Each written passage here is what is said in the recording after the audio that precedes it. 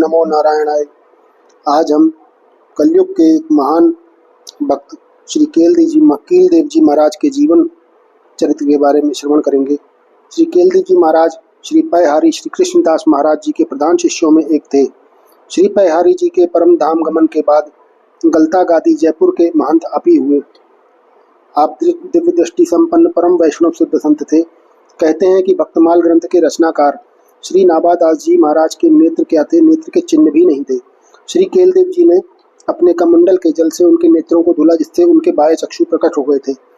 कहते हैं एक बार श्री कीलदेव जी मथुरापुरी आए हुए थे और श्री यमुना जी में स्नान करके एकांत में समाधिस्थ हो भगवत ध्यान करने लगे।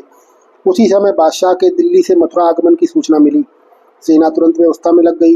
रास्ता साफ किया जाने लगा। सब लोग तो हट गए, परंतु ध्यानावस्थित होने के कारण श्री कीलदेव जी महाराज को बाह्य जगत की कुछ भी खबर नहीं थी। वे समाधि में स्थिर होकर बैठे थे। किसी सिपाही ने जाकर बादशाह को बताया कि हुजूर एक हिंदू फकीर रास्ते में बैठा है और हमारे शोर मचाने पर भी नहीं उठ रहा है। उसने फौरन हुक्म दिया कि उस काफिर के माथे में लोहे की कील ठोक दो। हुक्म मिलते ही दुष्ट सिपाहियों ने लोहे की एक कील लेकर कीलदेव जी के माथे में ठोकना शुरू कर दिया, परंतु आश्चर्य, कीलदेव जी तो वैसे ही शांत निर्विकार बने रहे, परंतु उनके माथे का स्पर्श करते ही वह लोहे की कील गलकर पानी हो गई। यह आश्चर्य देखकर सिपाही भागकर बादशाह के पास गए। बादशाह को भी यह विचित्र घटना सुनकर बड़ा आश्चर्य हुआ। उसे लगा मैंने बादशाहत के नशे में चूर होकर किसी सिद्ध संत का अपमान कर दिया है और इसका दंड भी भोगना पड़ सकता है। अतः वह भागता हुआ जाकर श्री कीलदेव जी महाराज के चरणों में गिर पड़ा और बार बार क्षमा मांगने लगा। कुछ देर के बाद जब कीलदेव जी की समाधि टूटी और वे अंता जगत से बाह्य जगत में आए तो उन्हें इस घटना का ज्ञान हुआ। श्री कीलदेव जी महाराज तो परम संत थे, उनके मन में क्रोध के लिए कहीं स्थान भी नहीं था। उन्होंने बादशाह को तुरंत क्षमा कर दिया।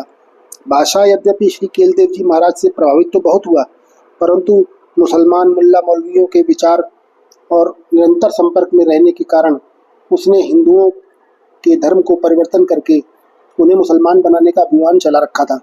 अतः हिंदुओं ने मिलकर श्री कीलदेव जी की शरण ली और धर्म रक्षा करने की प्रार्थना की। श्री कीलदेव जी ने सबको आश्वासन दिया और वे स्वयं बादशाह के दरबार में गए। बादशाह ने श्री कीलदेव जी के चरणों में प्रणाम किया और आगे से ऐसा न करने की शपथ ली। श्री कीलदेव जी महाराज दिव्य दृष्टि संपन्न थे।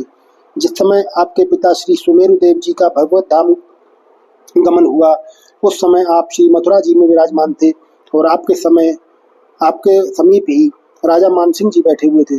आपने जब आकाश मार्ग से जाते हुए विमानस्थ अपने पिताजी को भगवत धाम जाते हुए देखा तो उठकर उन्हें प्रणाम किया और पिताजी ने भी उन्हें आशीर्वाद दिया। इनके अतिरिक्त किसी अन्य को इस बात का पता भी नहीं चला और उनके पिता भी दिखाई नहीं दिए। इसलिए राजा मानसिंह को बहुत आश्चर्य हुआ। उन्होंने श्री कीलदेव जी से पूछा कि आप क्यों उठे और हाथ जोड़कर किसे प्रणाम किया। श्री कीलदेव जी ने उन्हें अपने पिताजी के परम धाम गमन की बात बताई। मानसिंह जी को बहुत आश्चर्य हुआ, क्योंकि श्री कीलदेव जी के पिता का शरीर तो गुजरात में छूटा था और श्री कीलदेव जी तो मथुरा में बैठे हुए थे। ऐसे में श्री कीलदेव जी को अपने पिता का दर्शन कैसे हुआ, यह मानसिंह के लिए आश्चर्य की बात थी। उन्होंने तुरंत ही अपने दूतों को गुजरात भेजकर सत्यता की जानकारी की। श्री कीलदेव जी की बात अक्षरशः सत्य प्रमाणित हुई। इससे राजा मानसिंह को इन पर बहुत श्रद्धा हो गई। उनके संतत्व की एक दूसरी घटना इस प्रकार है। एक बार की बात है, आप अपने आराध्य प्रभु श्री सीताराम जी के महाराज की सेवा कर रहे थे। आपने माला निकालने के लिए जैसे ही पिटारी में हाथ डाला, वैसे ही उसमें बैठे एक विषधर सर्प ने आपके हाथ में काट लिया।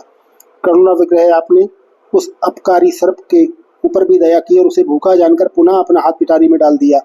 इस प्रकार आपने 3 बार पिटारी में हाथ डाला और सर्प ने 3 बार काटा। चौथी बार वह स्वयं पिटारी से बाहर चला गया। इस प्रकार आपने सर्प को भी अतिथि मानकर उसका सत्कार किया और उसकी क्षुधा पूर्ति की।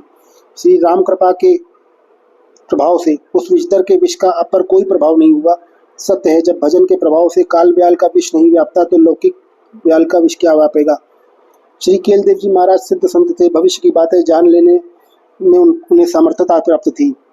जब उन्हें भगवत धाम जाना हुआ तो पहले से ही उन्होंने संतों के पास इस आशय का संदेश भेज दिया और संतों से संकीर्तन करने को कहा।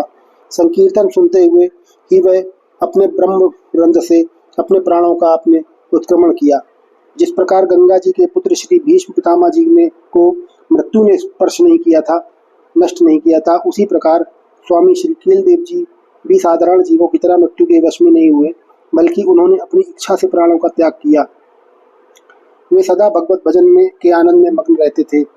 आप माया के षड्विकारों पर विजय प्राप्त करने वाले महान शूरवीर थे। इस प्रकार श्री सुमेर देव जी के पुत्र श्री कील देव जी ने अपने पवित्र यश को पृथ्वी पर फैलाया और आप विश्वविख्यात संत हुए। ओम नमो नारायण, ओम नमो नारायण, ओम नमो नारायण।